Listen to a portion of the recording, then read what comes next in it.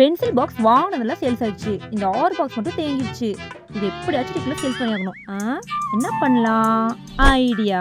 வாமா, என்ன வேணும்? என் ஃப்ரெண்டு காவியாக்கு பர்த்டேக்கா, அது கிஃப்ட் பண்ற மாதிரி சிம்பிளா ஏதாச்சும் காட்டுங்கக்கா. ஆடே வந்து பிரியாணி செய்யலாமான்னு கேக்குது. செஞ்சிட வேண்டியதுதான். இந்த பென்சில் பாக்ஸ் போமா சீப் அண்ட் பெஸ்டா இருக்கும். அது மட்டும் இல்லாம இன்னைக்கு இந்த பென்சில் பாக்ஸ் வாங்கினா ஸ்பெஷல் பிரைஸ் இருக்கு. பிரைஸா? என்ன பிரைஸ்க்கா? இந்த 6 பாக்ஸ்ல ஒரு பாக்ஸ்ல 100 ரூபாய் கேஷ் இருக்கு.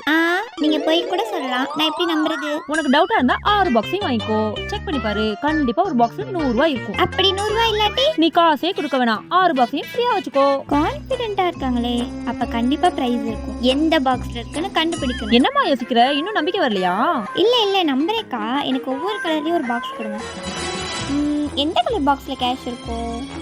ஒரு பாக்ஸ் 50 ரூபீஸ். மூணுமே வச்சுக்கிறியாமா? இல்லக்கா, எனக்கு ப்ளூ கலர் பாக்ஸ் ரெண்டுமே கொடுத்துருங்க. இந்தாமா 100 ரூபா கொடுமா. இந்தாங்க. ப்ளூ கலர் பாக்ஸ்லாம் கேஷ் இருக்குன்னு எப்படி கரெக்டா கண்டுபிடிச்சா?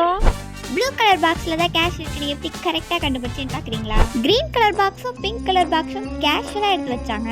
ஆனா ப்ளூ கலர் பாக்ஸ் திருப்பி பார்த்துட்டு தான் வச்சாங்க. ப்ளூ கலர் பாக்ஸ்ல ஏதோ ஸ்பெஷல் இருக்குதுன்னு தானே அர்த்தம்.